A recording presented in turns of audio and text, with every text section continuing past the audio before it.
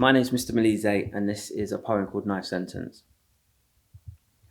Have we ever stopped to ask that boy that carries a knife what he wants to do when he's older? If his parents are still together and who his role models are?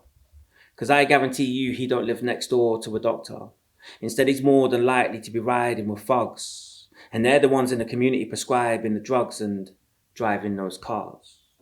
And I wonder if, as a teenager, he's watching how the olders carry themselves and its learned behaviour.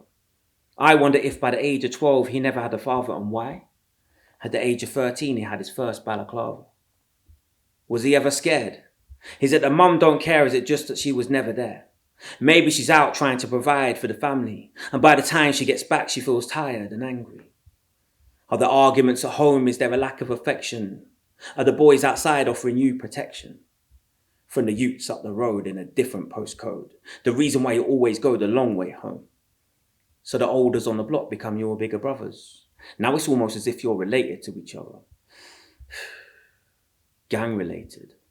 Now we've got a council estate kid filled with hatred who needs to be initiated before he's fully affiliated. Is that environment just making him numb? Does he have a choice, or is it safety in numbers? Because they're not meant to be your mentors. That's what we need grown men for, to lead by example and to nurture ambition, to teach discipline, to understand and to listen. And I apologise for generalising, for coming across like I'm stereotyping, but we all need to know we are marginalising a whole generation when we criminalise them. Who really wants to end up in prison or dying?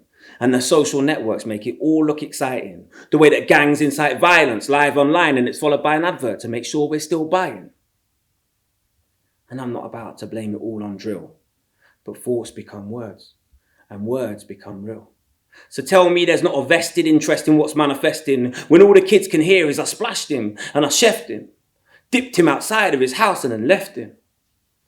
For his mum to find him? Have you been to a funeral and heard a mother crying? When her son's in the ground, it sounds like she's dying. And it's been like this for years. Wiping those tears and printing those T's saying, put the knife down, blaming police, writing to our local MPs. I see mums at knife crime rallies begging on their knees like, they've took my son, but make it stop, please. And it's our responsibility. Have you heard it takes a village to raise a child?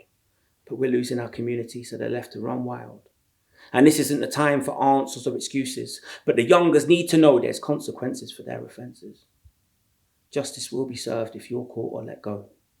Because when you take a life, you forfeit your own.